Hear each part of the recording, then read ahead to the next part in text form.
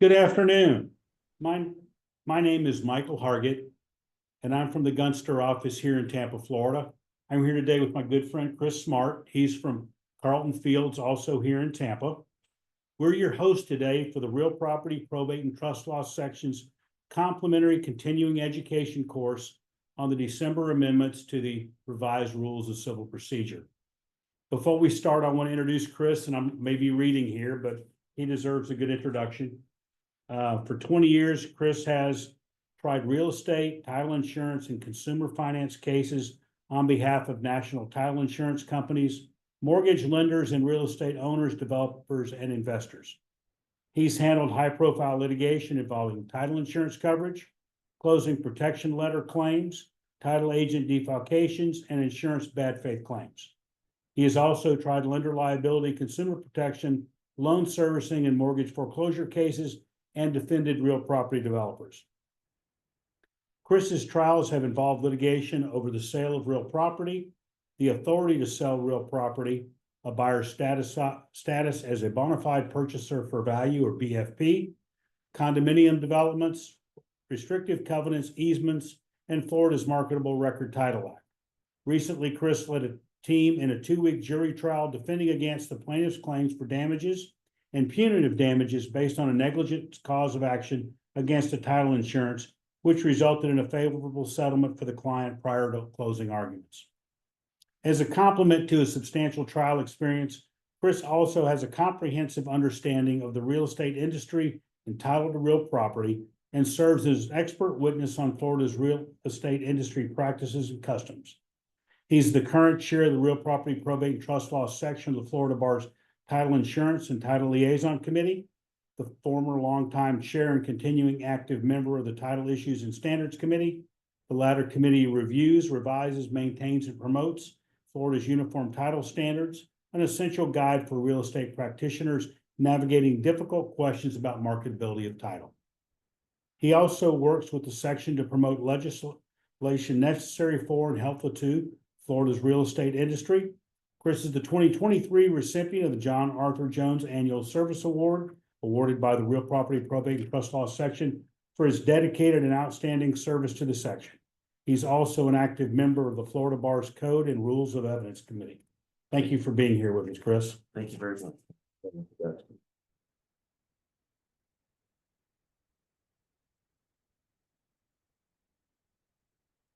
It's your turn. Would you like to? Thank you.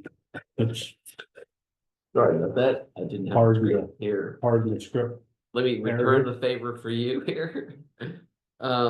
So let me introduce Mike Hargett, a very good friend of mine now for a lot of years. Wonderful human being and a great lawyer.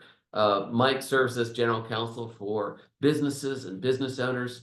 He has more than 2 decades of experience to support him in meeting each of his clients' business needs and long and short-term objectives. Mike is a consummate corporate counselor who practices primarily in the areas of business litigation and dispute resolution and corporate transactional law, with a focus on real and intellectual property issues. Notably, Mike is registered as an attorney with the United States Patent and Trademark Office. He is also board certified in real property law and a member of the executive council of the Real Property and Probate Trust Law section of the Florida Bar. Mike served as the chair of the Real Property Litigation Committee for many years and is now the chair of the RPPTL Communications Committee, co-chair of the RPPTL Ad Hoc Rules and Civil Procedure Committee, and the co-vice chair of the RPPTL Legislative Committee, along with myself. Mike is particularly well-versed in the Uniform Partition of Heirs Property Act. He worked with the Florida legislature and the act sponsor to improve that act, and has effectively used it to apply to resolve multiple family disputes. Mike is the 2022 recipient of the John Arthur Jones Annual Service Award, awarded by the Real Property Probate Trust Law section for his dedication and outstanding service to the section. We thank you for that, Mike. Mike started his professional career, and this is the part that I find interesting about your bio, more than all of the legal stuff that we're familiar with. with Milliken and Company, a global manufacturer of chemicals, composites, floor coverings, and performance materials. In other words, Mike had a whole other career before he became a lawyer. He served as a plant manager for several operating locations and as director of director of development of laminate composites. Following his career working in business management, Michael was VP of operations of a worldwide Tier 1 automotive supplier and responsible for more than 2,000 employees.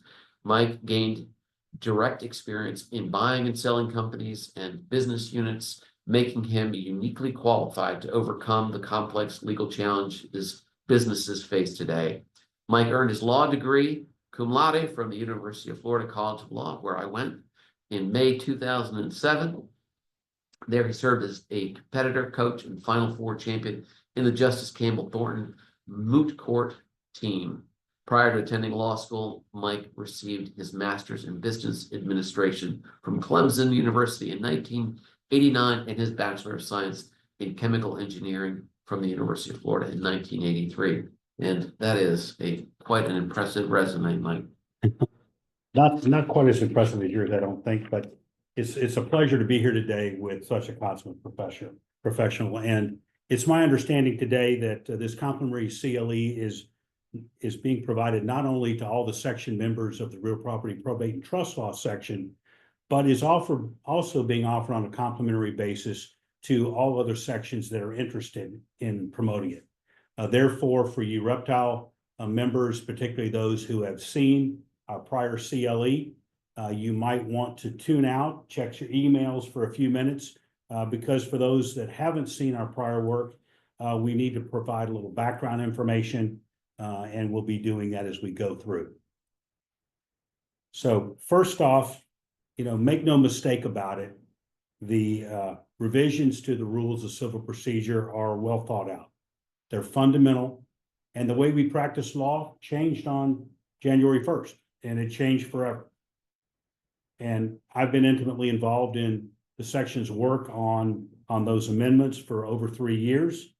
And these changes, despite the open issues you'll hear about today and discover over the coming months along with all of us, I think, are well-intentioned and well thought out. They're the result of 5 years, 5-year effort that came out of the long-range strategic plan of the Florida Judicial Branch. And in October of 2019, the Judicial Branch established a work group on improvement of resolution of civil cases. And the work group had 2 focuses. One, to ensure the fair and timely resolution of all cases through effective case management. And think about this, and it struck me, it finally tied some things together for me. For a long time, I assumed that every state operated like Florida did, where attorneys drove the process. And it wasn't until I was working on the Heirs Property Act and I was interfacing with the founder of the act. He was a Texas A&M law professor. And I was trying to explain to him that, look, the courts are not going to do things on a schedule. If our act says that on day 1, the court will do this, and then 45 days later, the court will do that, and then 90 days later, the court will do something differently. I was trying to explain that wouldn't work. And it was only then that I realized that most states are judge-driven, and Florida had always been attorney-driven. And that's what's really happening here. We are changing from an attorney-driven system to a judge-driven system, and it's done through case management. So the state had a second focus, and that was to utilize caseload and other workload information to manage resources and promote accountability. What this means, if you look at the information, is that they're going to hold judges accountable. Judges are going to be measured on their performance.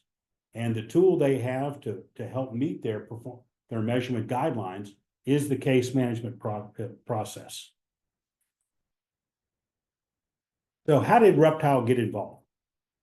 And so back in September of 2021, a draft report was released from the work group.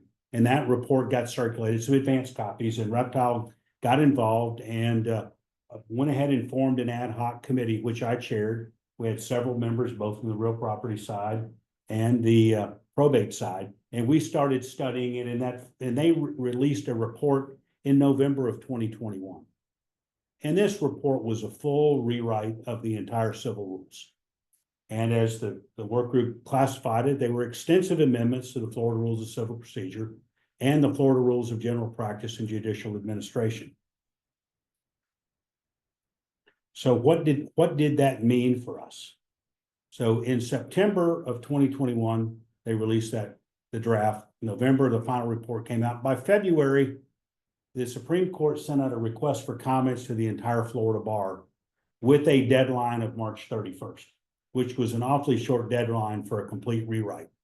We already had our ad hoc committee in place, so we were able to put together what we call our Charleston draft, and we delivered that, as you may remember, in Charleston at the out-of-state meeting in early of 2022.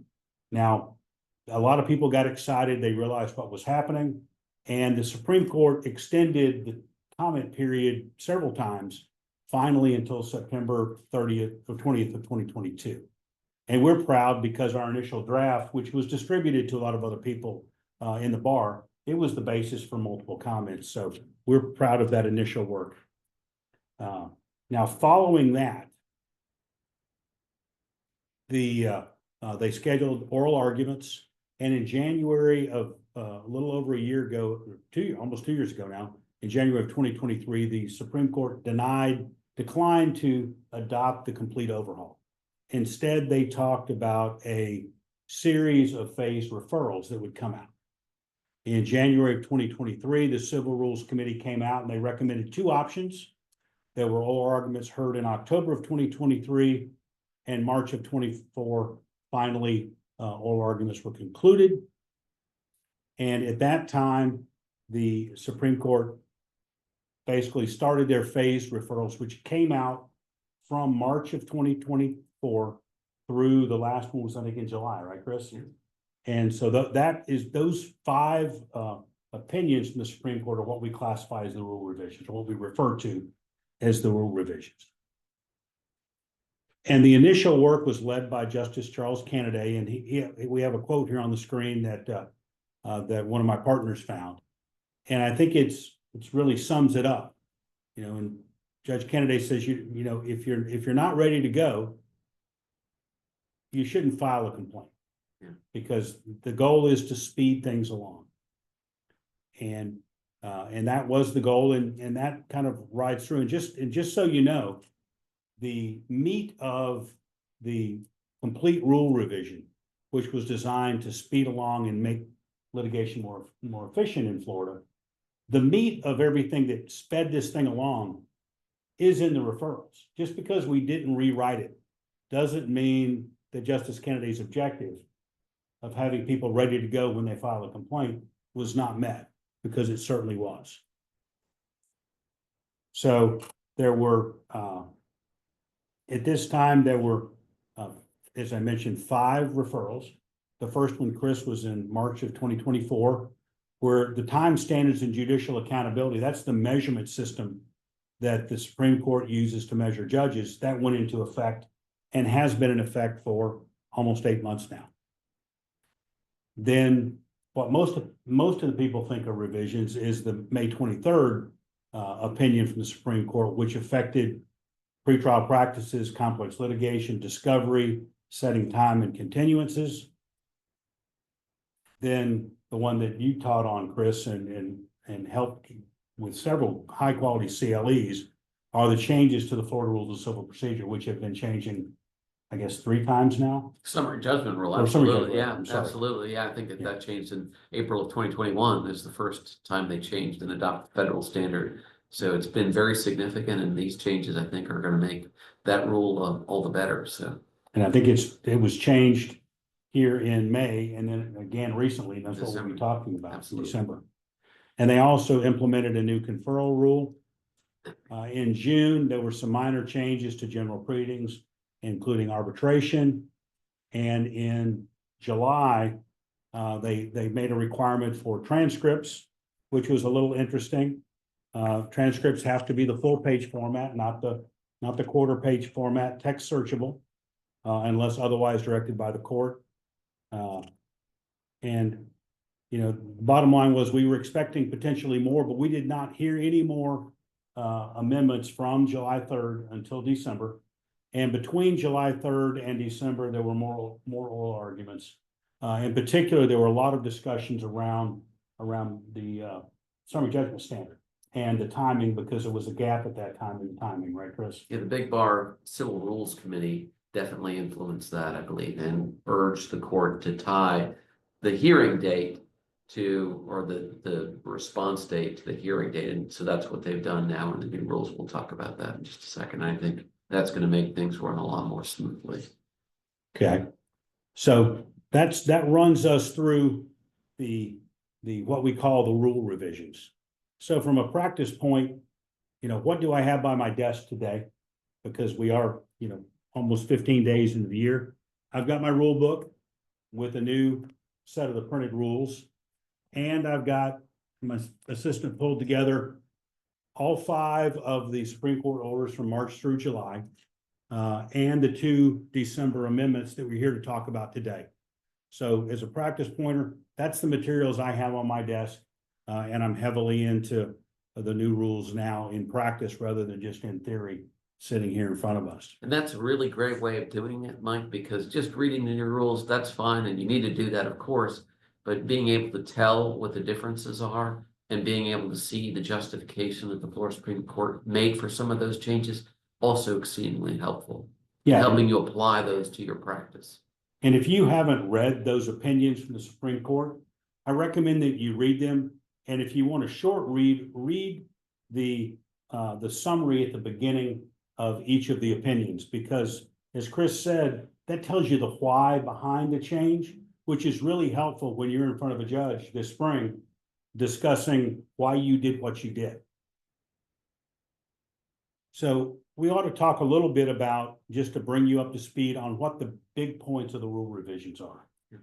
You know, and Chris, if you want to start a little bit with the case management side of things. Sure. Active case management, as we've talked about, is going to be a very critical aspect of this. That's something that the judges are going to be primarily responsible for. The parties, of course, need to be responsible, but it's the judges who are going to be implementing that active case management, at least according to the Florida Supreme Court. I think that really is, Mike, where the rubber hits the road. We're going to see whether the circuit court judges, in my view, all very hardworking and diligent public servants, how they're going to be able to deal with this. It's going to be a fairly large burden, and so it'll be interesting to see in the coming weeks, months, and years, frankly, how this is going to play out.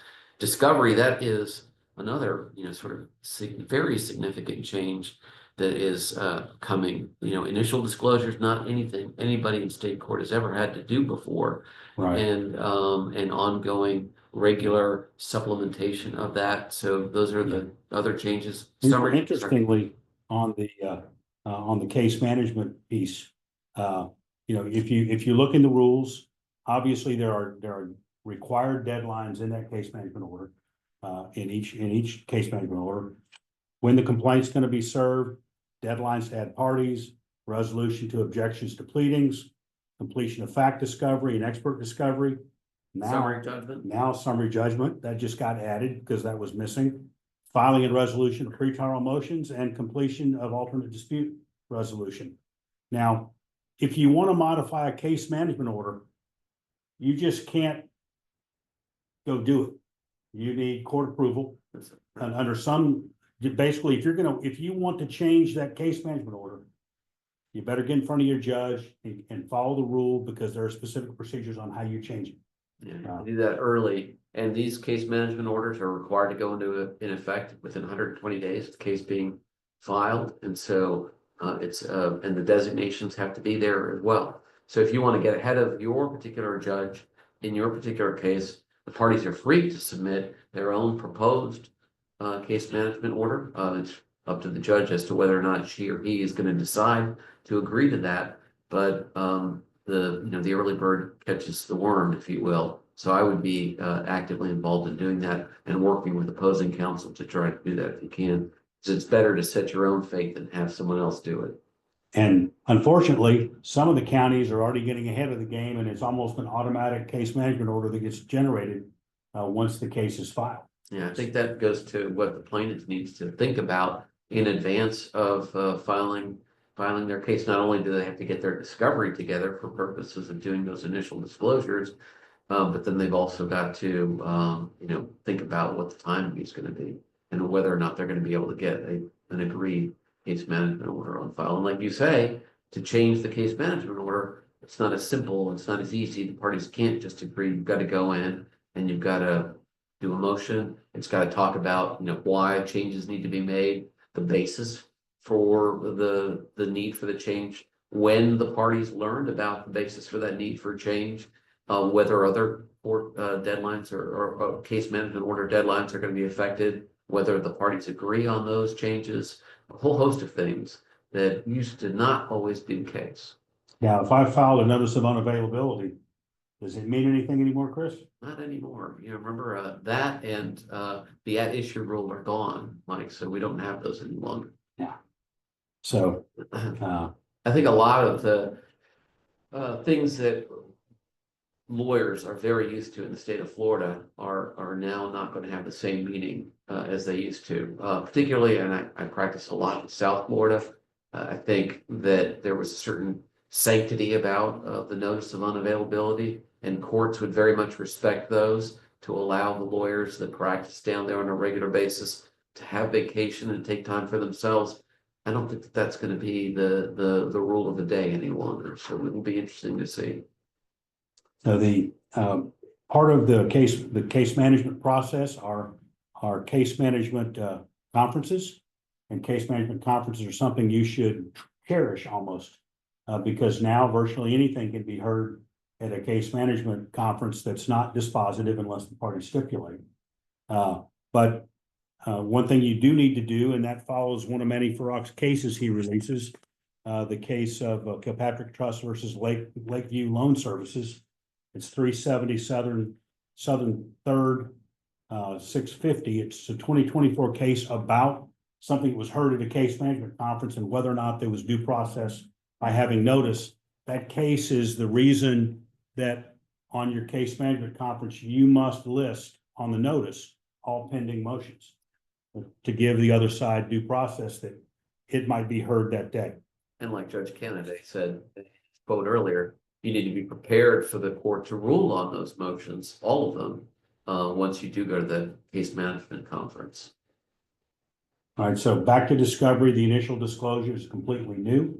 Oh, yeah, that's going to be fairly significant, it seems to me, because it includes, and think about this, folks, as you're going into the case, it's just started, you've just been served as a defendant, just filed a lawsuit as a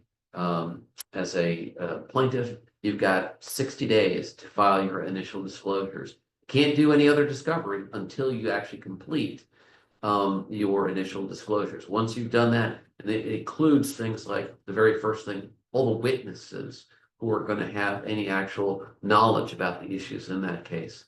Next, the documents that you are going to need to try this case. So two very substantial things, exhibit and witness list. Used to be at the back end of cases. Now, guess what? You're disclosing all of that stuff within the first 60 days of your case. More than that, damages. Think about this for plaintiffs. You have to have a detailed examination of what your damages are going to be and look like up front. That's going to be huge. I know, and I've tried cases where I've been to trial and no one's ever asked any questions about damages. And so now all that stuff is coming out up front. And finally, and this is a big one, if you represent insurance companies or work for insurance companies, you're going to have to disclose any insurance policy that might indemnify any party in connection with that lawsuit or cover the issues that are raised in that lawsuit. So the bottom line is, if you practice in federal court a lot, which most of us in Florida don't, you're probably familiar with Rule 26, and these are going to seem very, very familiar to you. So that shouldn't be a surprise. But if you haven't practiced in federal court, you need to study up on initial disclosures for sure.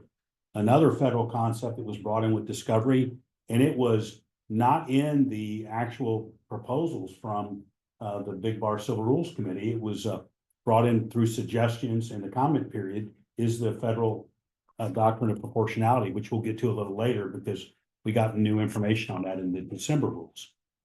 Yeah, that is big, and that's been the source of, actually the only source that I'm aware of amongst the Florida Supreme Court justices of some dissent, because Justice Labarga does not agree with the implementation of that particular rule. So it's interesting to see that and see how that actually will get adopted and whether it will help or hurt as he thinks it may. So, Yeah, and by the way, that his dissent, and that's in the December 5th, is very well written. It covers concepts that we've all been talking about, the lack of resources for our judiciary, and one of the challenges that I'm sure they're going to tackle, and they're going to have some learning pains with that. But his dissent is very well written, and you ought to think about it because essentially he says that an argument over proportionality could hijack an entire case, especially when you've got 12 or 18 months to get it to trial, right? absolutely. Yeah. The one thing I want to mention about the discovery that we didn't talk about are the ongoing obligations to supplement your initial disclosures. And if you don't do that, there's potential sanctions. Well, if you don't make the initial disclosures in the first instance, and two, if you fail to supplement, there are sanctions associated with those now. And that's big as part of the December 5th amendments. Yes.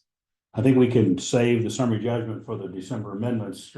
But as far as trials and continuances, it used to be nothing to get a trial continued. The case isn't an issue yet. I just amended my complaint. That no longer works.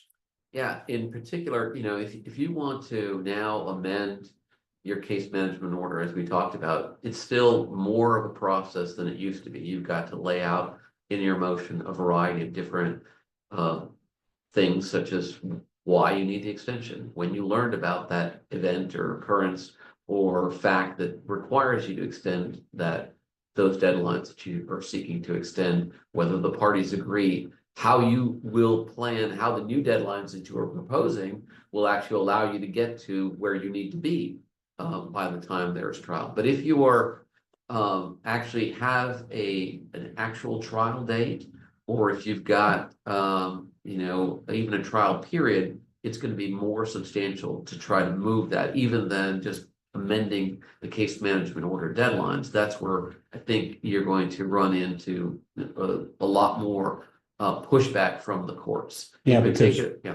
I'm sorry. No, I was just going to say, in particular, if you have a set trial date in a case management order, then you are going to have to follow the procedures under Rule 1.460, and those are substantial. And again, the rules lay out that continuances are disfavored, serial continuances are strongly disfavored. So it's going to be difficult to get, even with agreement of the opposing counsel, to get these time periods changed. Yeah, because the judge, I believe, have to show a findings of fact to support this, to support the delay. And it can't be because of inattention or inadvertence. They've got to have findings of facts of why it's justified to move this trial date.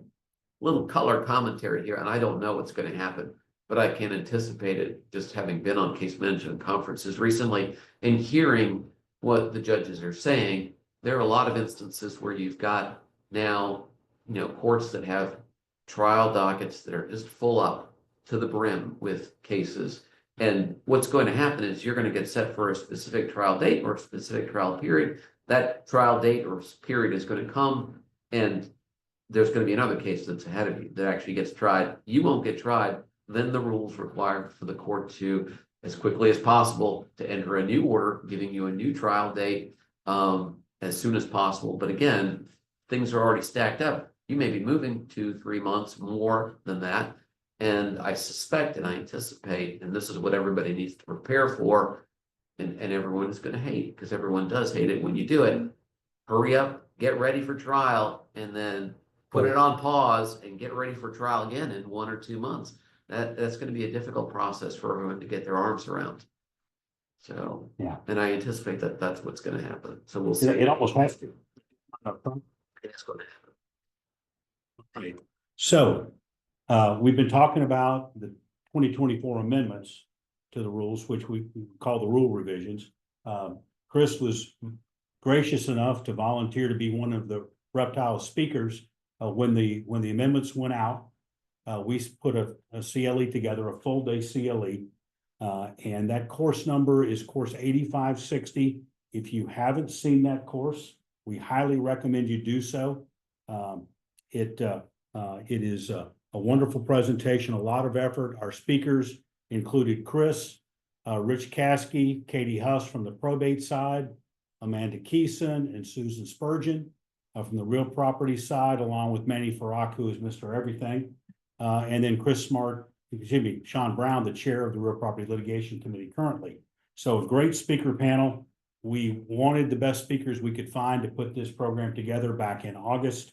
Everybody said yes. We recorded at the breakers. We got that released right out of the box. And I got to say that one of the best parts of that CLE is the Q&A and the discussion like you just had on what you foresee coming, because 4 of these speakers were on the original ad hoc civil rules committee dating back to 2021. So they've been thinking about it and talking about the what ifs. So a lot of the depth in this program is what these people that have been studying the rules for so long, what they're afraid of, what they're concerned about, and what they foresee coming, because that you don't get from just a plain read of the new rules. And the program is helpful because it does go through all of those rule changes, the ones that are significant, and then talks about those kinds of what's going to happen once this is applied. So it's very useful CLE. Okay, so now we're down to the new rules, which is the new amendments, the December amendments, which is why we're here. That's 2 amendments, SC 2024-0662 and SC 2023-0962, both released on December 5th. The first one we have is the 0662. That is the summary judgment rule and the duty to confer rule. Again, that came out December 5th. And the Supreme Court resolved the timing issue. So motions, Chris, you want to run through these? Because Sure. you're the expert in this for sure. Don't know about that, but in any event, the rules now provide that motions for summary judgment can be filed within 20 days from the commencement of the action.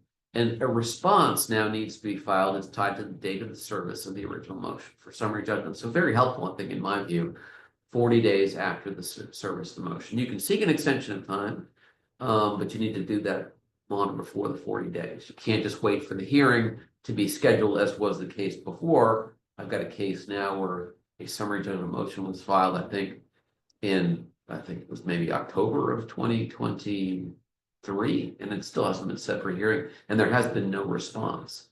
So it's going to change that very substantially.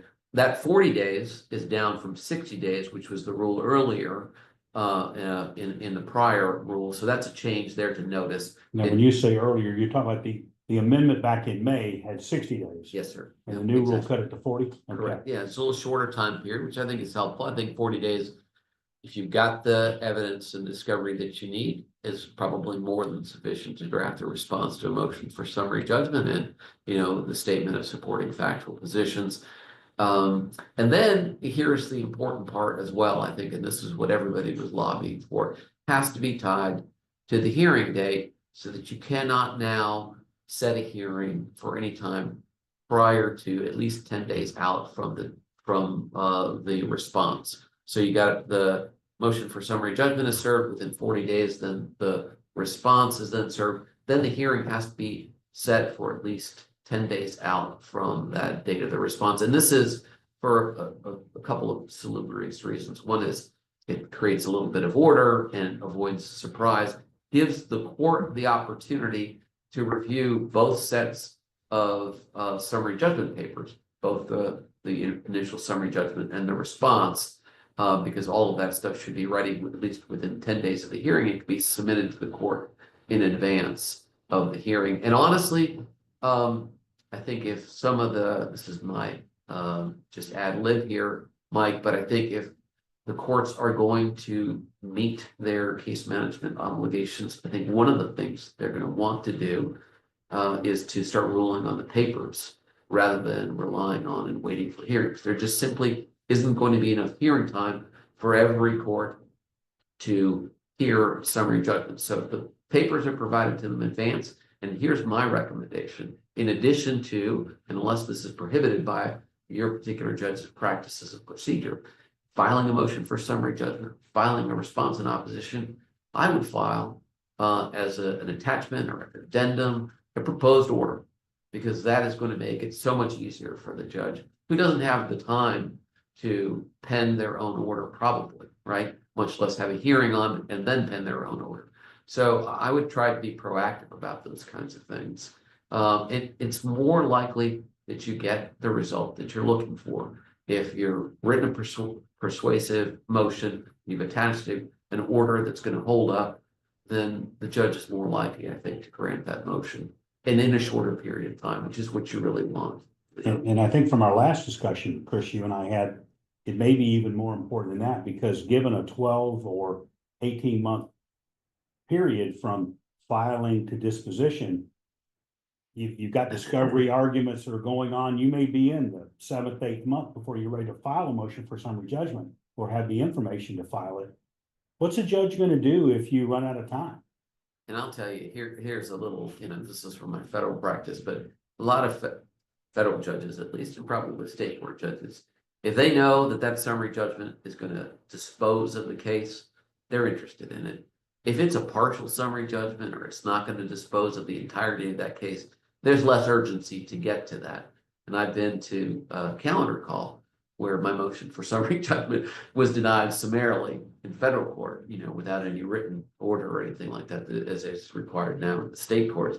So that's never a pleasant place to be. You want to get that done as early as you possibly can. The next point is, the interestingly enough, that the rule only applies to motions for summary judgment filed after January 1st, 2025. So if you're like me and you've got a case like I do where there's a prior motion for summary judgment that's pending for a long time that's under the old rule, now I'm going to file my own summary judgment motion. Coordinating those things can be tricky, so you've got to pay attention to that. Yep. And I think the last time we spoke, you mentioned there's a good chance in some of our cases that the court may simply run out of time and say, well, that'll be a nice motion for directed verdict. Absolutely. Because there is no real difference, is there? Other than the timing? Yeah, I think that's one of the things that the April 2021 revisions to the summary judgment rule made absolutely clear, that summary judgment motion is basically a motion for directed verdict, just on the different end of trial. And I've had judges say that to me. Well, it's a very nice motion for summary judgment, Mr. Smart. Perhaps you can raise it as a motion for directed verdict after evidence is closed. So something you need Not to be exactly careful what you about. learned to hear. All right. So now, when you go to the duty to confer, the Supreme Court clarified the exemptions and added some teeth for us there. And I'm going to go ahead and pop all this up. I didn't realize my PowerPoint was going to do this. So first off, they clarified that it doesn't apply to when dealing with pro se parties, but there's a catch here. If you're in complex litigation on the 30-month calendar, there's a separate meet and confer that does apply to pro se parties, and a second meet and confer prior to within 15 days of the motion being heard, so you can remove motions from the calendar late in the game. So one prior to the motion being filed, so that you can make sure that you've conferred and there's a reason for the motion, and then one prior to the hearing to make sure that you're not wasting the judge's time on something that you guys have then subsequently agreed to. Exactly. So, but that is in the complex litigation side of things.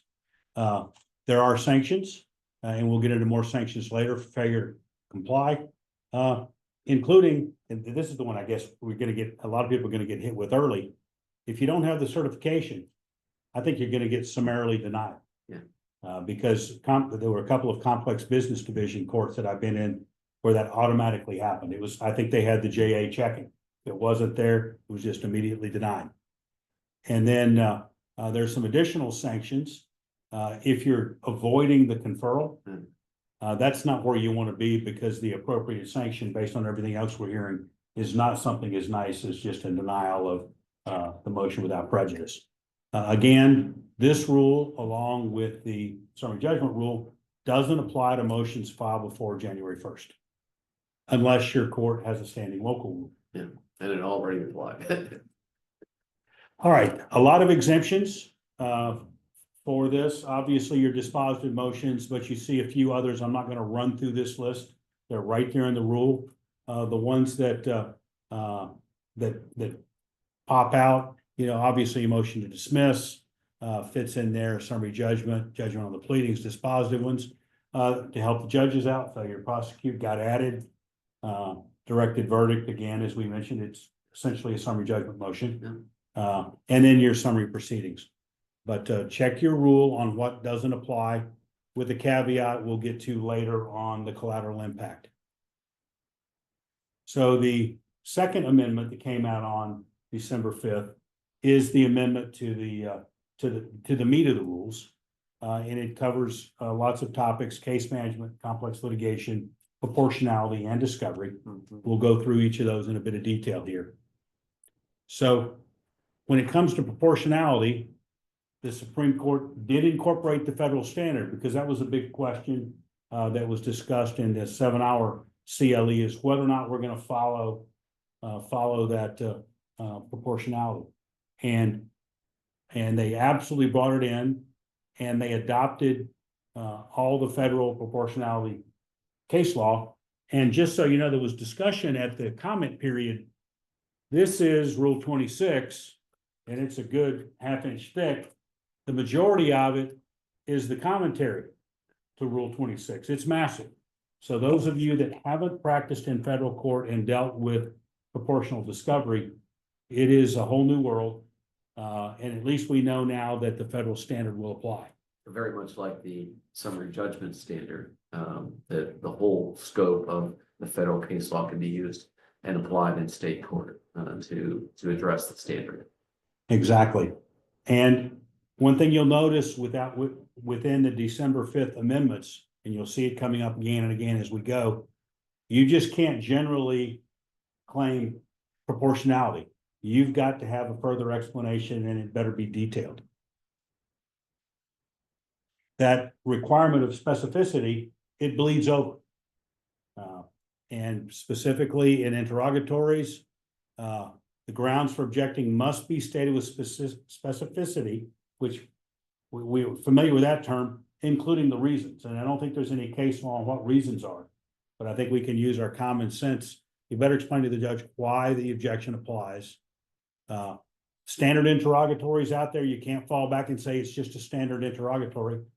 Each interrogatory is going to be adjusted, and I think that's where we'll see the big bar court civil rules committee chiming in to change some of these standard documents.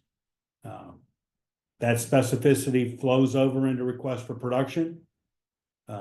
Objections again must be stated with specificity, including the reasons.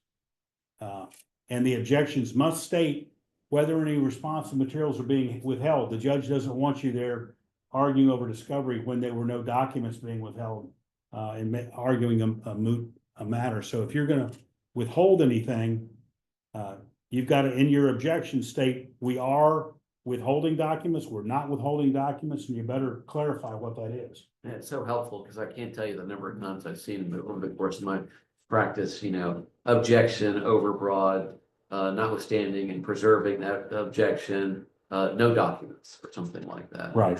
And I can't tell whether something's being withheld or not based on that overbreadth objection or any other objections raised. And if you're going to object in part, you got to make it clear which parts you're objecting to and which parts you're not objecting to, and permit inspection of the balance. This is, again, both of these concepts are federal based. So The more blanket objections. exactly. Now, everybody wanted, and a lot of commenters at the last oral arguments from the Supreme Court wanted the summary judgment kind of gap in the timing fixed. One of the things that is interesting is the enforcement mechanisms. There were a lot of sanctions tied in the original proposal out of the work group. Yeah. They were a lot of objections to those at oral arguments 2 years ago now. And most of the sanctions were removed. And they did not reappear under the referrals from from March through July of 2024, but they came back on December 5th. That was the Christmas present we got. So there are sanctions, and we're going to spend a little time going through them because they're fairly broad. They're available when a party fails to make initial disclosures. They're also available, and just so you know, this is important. If you look at this 1.28084, the basis for your initial discovery disclosure, there are unacceptable excuses and objections, and they spell it out there. You've got to make your initial disclosures based on information reasonably available to you. You're not excused because you haven't fully investigated the case, because it or because it challenges the sufficiency of another party's initial disclosures. Chris didn't do his, so I don't have to do mine. That doesn't count. The playground logic is not going to work anymore, right? Not going to work anymore. A party who formally objects to providing certain information is not excused from making all the rest. So, and there are sanctions for this, so make sure you've read this, and the advice is take it to heart. Appropriate sanctions are again available. In addition to when you make them, when a party fails to provide information, identify a witness, or supplement disclosures. This is Chris mentioned earlier. You've got to supplement those initial disclosures.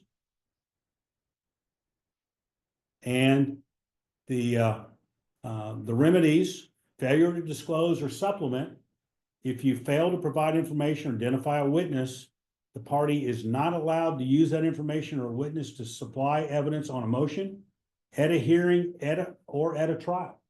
So they're gonna, if you don't list a witness in your initial disclosures, expect to be fighting over whether or not you can have that witness show up at trial. And they say, unless the failure was substantially justified or is harmless. Obviously, if you got new evidence that comes to light late in the case, but it's not going to be easy. Essentially, as Chris said, you're going to be creating your witness list through your initial disclosures and the supplements to those initial disclosures. That's your witness list. The court can also order payment of the reasonable expenses, including attorney's fees caused by the failure, may inform the jury of a party's failure, and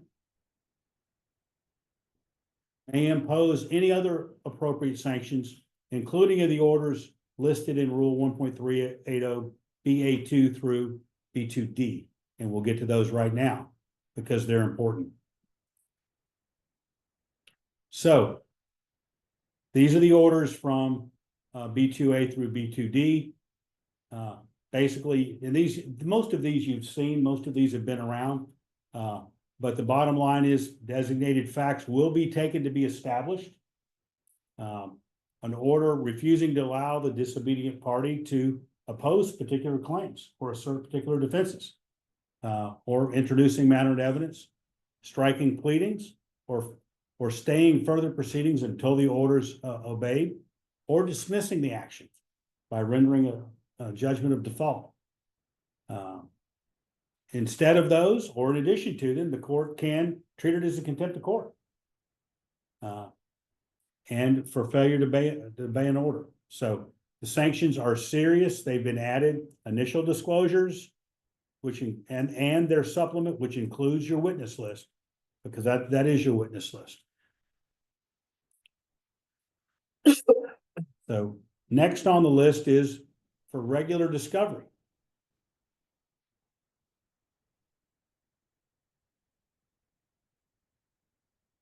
So here, if you don't attend deposition, you don't serve answers to interrogatories, you fail to preserve ESI, or failure to complete your discovery certification. That's the new part of the rules. You've got to there's a certification required with all discovery that you must fill out. So for those, you cannot seek discovery until you've satisfied your initial discovery obligations, as Chris mentioned. That's new in the rule. And that's gonna, a lot of people are used to having their standard interrogatories and requests for production that you file with your complaint. You can't do that unless you actually provide your initial disclosures right with filing the complaint now.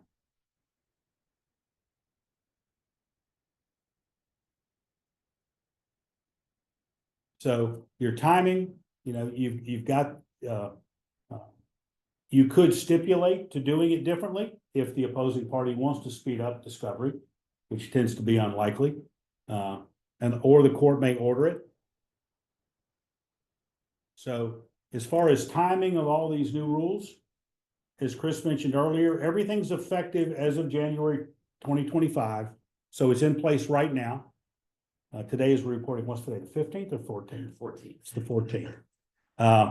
So initial discovery disclosures don't apply. Your summary judgment rules don't apply until something new is entered. And the new conferral rule governs motions filed on or after January 1st. So obviously for motions, summary judgment, and all other motions for the conferral, they got to be filed after January 1st. Initial disclosures only to actions commenced before, don't apply to actions commenced before. And everything else applies to any case that's already currently pending. Exactly. Yep, in your case management orders. So if you've got a case management order in a case, it continues to govern, except the new rules governing extensions and modifications now apply to make it harder. So if you've got an older case management order, you're going to have to live under the new rules to change that old order. If you don't have a new case management order, April 4th is the deadline for the courts to issue one. So I would expect on all your existing cases that don't have a case management order, you need to be looking for one in the next few months. So recommendations. First thing is throw out your old discovery templates. Your standard objections and your to a request for production or interrogatories, you've got to do them completely differently now. And I don't think a boilerplate objection on the front page is going to apply at all. Review your local rules and case management orders because a lot of them already have some of these requirements. Read the new rules, plan before you file. And planning before you file, we talked about a lot, because this particularly applies with old established clients that are savvy with Florida litigation. Sure. They're used to, I'll get around to discovery in 6 months. So that's who you really need to educate before you file a case. Someone that's brand new, you can kind of tell them, here's how cases work. But if it's a client that's been to court many times, the change is going to be monumental to them. And in those cases, I would start working on initial disclosures before I even file the case. Sure. Just to get them used to the fact that, hey, we can't do it this way anymore. And I'm not going to be, allowed to delay this issue. Before you leave the slide, one thing in addition to the local rules and case management orders, you want to take a look at, and this has always been the case, but I check the particular judge's preferences and procedures to make sure that you understand those, because every judge, well, first of all, every jurisdiction is going to handle these differently, depending on how busy they are, how many judges they've got, and those sorts of things. And they're going to be issuing their own sort of standard template case management orders that address certain things. There's certain leeway for the chief justices to do that. But even at the judge level, you want to take a look at what the judge's procedures are and what their preferences are. I think those are things that have always been important, but I think even more important now. And some of the judges have expansive preferences and procedures, Which is helpful, I think. Yeah. If you've got the time to drill down through all of them, because that way you can at least comply with those. And look, it's a little bit like the old Seinfeld bit, right? It's the soup Nazi. You've got to follow the rules to get the soup that you want, right? If you don't do that, then you can be assured of going to the back of the line. I think that those are important. And to add a little bit to what you said about it's going to be painful. I agree. It's really front loading a lot of the costs that you had in preparing for trial to the front end of the case, right? Identifying all the witnesses, identifying all the exhibits that you're going to be using in that case. On the front end is a foreign concept for a lot of Florida litigators. That's not something we're used to doing. We're used to wading into a case and doing pleadings and motions and discovery for months and months and months, and then only deciding, well, what are the critical witnesses? What are the critical documents? I think it's going to be painful. I think it's also going to be very salubrious, because I think that's going to make you a lot more effective as a It's gonna make you a litigator. better lawyer. Of course, it's going to make you a better lawyer. It's going to make cases get resolved a lot sooner. It's going to make them a lot more expensive on the front end. But I don't know if that's a bad thing, if it helps reduce or eliminate a lot of litigation, which in some cases can be frivolous. That's true. And last practice pointer, don't assume you're exempt. We'll get into why in a little bit. As you know, and that was a heavy topic of discussion within the real property, probate and trust law section. There are a lot of there's a lot of probate litigation that just the new rules don't really work with. And there was a lot of discussion on what type of cases are exempt from the case management process. And that's discussed heavily in the full day CLE. All right, so collateral impact. And, if you think your motion or cause of action is exempt, I think you need to think twice. So I'm dealing with the 14th Judicial Circuit with 4 lawsuits now, and I am drafting initial disclosures, which are due Thursday in 2 days, because the 14th Judicial Circuit made initial disclosures part of their standard case management order, and put a 45-day time frame. So I have lawsuits that were filed back in the fall that I have initial disclosures under Rule 26 that are due on Thursday of this week. And what this is the judges have been talking about these rules for 3 years now, just like we have. And they're beginning to get in their head, this is the way we should act. We should not allow, trials to be moved. We should set trial dates. We should get initial disclosures. And if a court is used to giving out a case management order for 90% of their cases, there's nothing in the rules that prevent the court from putting out one in a case that's exempt. And if they do, you're going to have to deal with that. There's a great discussion, in particular in the full day CLE between Katie Huss and Rich Caskey. I think it was discussed right after Katie's presentation, where they went back and forth on this issue, how to best handle it. Because, if you read the exemption language, there's good justification for a lot of trust actions or probate actions to be exempt, because they have a lot of parties that aren't necessarily adversarial. You've got trust officers and banks, a lot of interested parties that aren't really opposing each other. You may have 30 people. Can you imagine having a conferral before you file a motion with 15 or 20 different parties? So the collateral impact is spilling over. I was representing a corporate client in mid-December in a family law proceeding, and they're completely exempt. None of these rules apply. And the judge was adamant about setting a trial date and not moving the trial date. Those concepts, the counsel for the family law counsel that I was with, they'd never heard those words spoken in family court. But so the bleed over, the collateral impact. And in the civil side, the idea that the ad issue rule, and this is a change that went into effect as a result of the earlier orders, that's just gone. And that ad issue rule was so substantial in so many people's practices, and they understood that that was a way out of having to go to trial. Case wasn't at issue, then you couldn't be set for trial, and it's reversible error, in fact, if it was. That's right. And now, and then that's just gone, right? So the case can be set for trial. It needs to be set for trial sooner rather than later. And it doesn't matter that, you still have a motion to dismiss pending, or that you just recently amended your complaint. None of that matters. Yeah. All right. So there's some open questions out there, and these questions are a little teaser for that full day course, because these questions I'm going to run through here briefly were good discussions during that full day seminar. How do you handle clients? How do you manage clients? How do you set retainers with all the front loaded work, Chris, you talked about?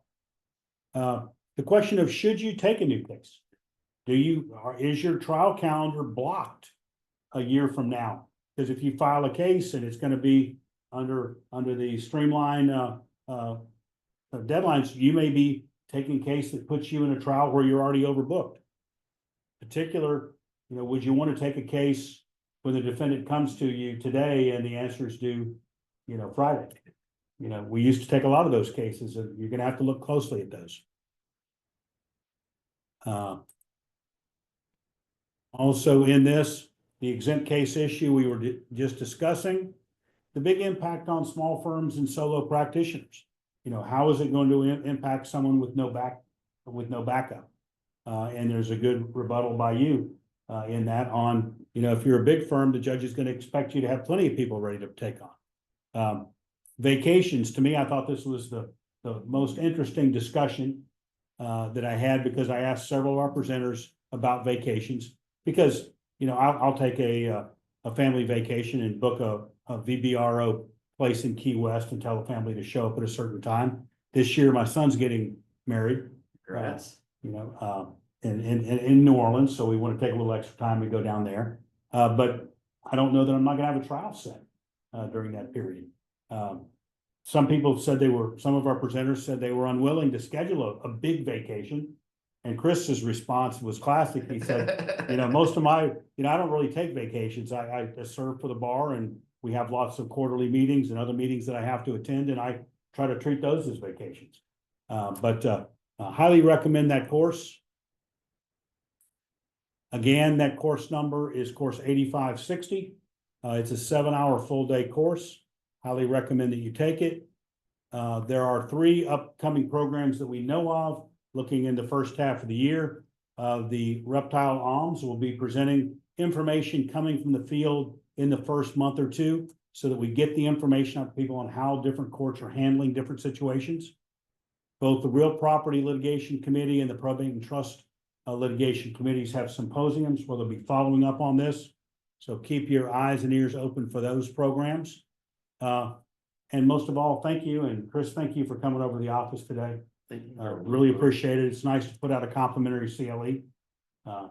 So thank you so much. And maybe we should encourage the folks to reach out to us if they got any questions or unique circumstances that come up. I'm certainly interested to hear how this is working out for everybody. So if you know me, or if you know Mike, or even if you don't ever hesitate to reach out and give us a call. I appreciate it. And I mentioned my reference book of Supreme Court amendments. I had my legal assistant email me all of these in a single email that I can easily forward. So don't be bashful about asking for a copy rather than going to the Supreme Court website and trying to download them all. All right. Thank you so much. See you again next time.